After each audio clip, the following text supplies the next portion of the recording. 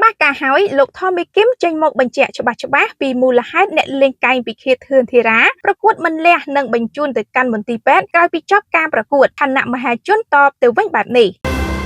ក្រោយពីមហាជននិងអ្នកគាំទ្រផ្ទុះការវែកញែកពេញបណ្ដាញសង្គមរឿងរ៉ាវកីឡាករលំដាប់ជួរមុខកម្ពុជាអ្នកលេងកែងពិឃាតធឿនធីរ៉ាប្រកួតមិនលះមិនសូវមានកម្លាំងស៊ូដូចមុនអំឡុងពេលដែលជួបជាមួយនឹងអ្នកប្រដាល់ជើងខ្លាំងអាប់ឌូឡាដៃឡូខណៈថាមកពីកីឡាកររូបនោះមិនបានវឹកហាត់បានដដល់ហើយបើទោះបីជាធឿនធីរ៉ាត្រូវបានចៅក្រមកាត់ក្តីឲ្យឈ្នះយ៉ាងណាក៏ដោយក៏មហាជននៅតែមិនអស់ចិត្តរិះគន់ឡើងព្រោងព្រាតពេញបណ្ដាញសង្គមដដែលតែយ៉ាងណាពេលនេះលោកថមីគឹមទីប្រឹក្សាជាន់ខ្ពស់ទូរទស្សន៍ថោនបានចេញមកបញ្ជាក់ច្បាស់ៗថាមូលហេតុមកពីធឿនធីរ៉ាមានបញ្ហាសុខភាពពេលត្រូវទឹកភ្លៀងអំឡុងពេលដែលថ្លឹងពីឡូលោកថមីគឹមចូលទៅខមមិនបញ្យល់មហាជនបែបនេះបានធ្វើឡើងបន្ទាប់ពី page admin មួយចំនួនបានបង្ហោះរឿងរ៉ាវនិងរិះគន់ជុំវិញនឹងកីឡាករធឿនធីរ៉ាប្រកួតត្រឹមតែ3ទឹកសឹងតែដង្ហើមចង្រិតទៅហើយវាយមិនបានល្អតតែសោះមិនសមជាជើងខ្លាំងគុនខ្មែរប្រចាំប្រទេសនោះទេត្រាប់តែលោកថមីគឹមបានចូលទៅខមមិនប្រាប់ពីមូលហេតុដែលធឿនធីរ៉ាវាយមិនសូវល្អបែបនេះថា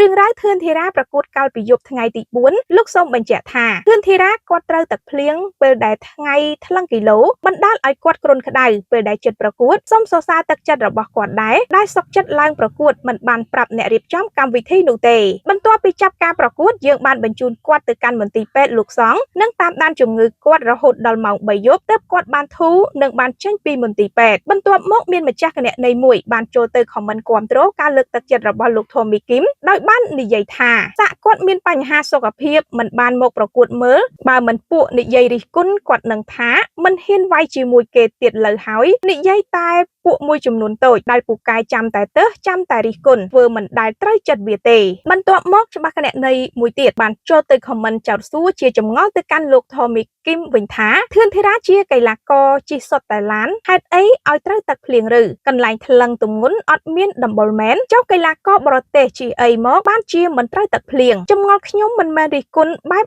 អកតេទេខ្លះទៀតក៏បានចូលទៅបញ្ចេញមតិរិះគន់ដល់ធឿនធីរ៉ាផងដែរថាប្រាប់ឲ្យថាកុំឲ្យចេះគ្រប់ច្រកពេកបាល់ទះលេងប៊ូសំខាន់សំដែងរឿងកំ ប្លែងនឹងហ្មងពេលខ្លះវាប៉ះពាល់ដល់ការវឹកហាត់គុនខ្មែរនិយាយត្រង់យប់មិញពិបាកភ្នែកមើលណាតែណាហើយកីឡាតែងតែមានចាញ់មានឈ្នះមានស្មើសូមរំលឹកថាកាលពីថ្ងៃអាទិត្យទី4ខែឧសភាឆ្នាំ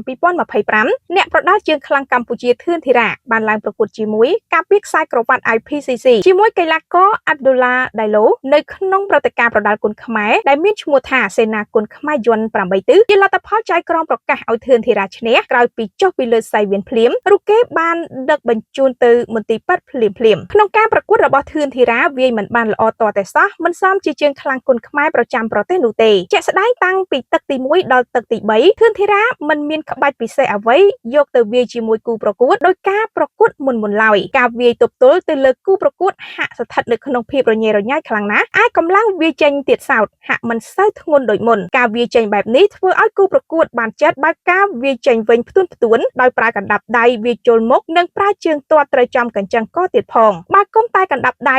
និងទម្ងន់ជើងអាប់ឌូឡាដៃឡូមិនសូវធ្ងន់កុំអីធឿនធីរ៉ាដួលដេកលើក្តារសៃវៀនបាត់ទៅហើយការសម្រេចរបស់ចៅក្រមក៏ទទួលរងនឹងការរិះគន់ពីមនុស្សមួយចំនួនថាមិនយុត្តិធម៌ផងដែរអ្នកខ្លះថាបើការប្រកួតនេះមិនមែនជាការប្រកួតដណ្ដើមការពារខ្សែក្រវ៉ាត់ធឿនធីរ៉ាប្រកាសត្រូវកាត់សាច់ក្តីឲ្យចាញ់អាប់ឌូឡាដៃឡូមិនខាន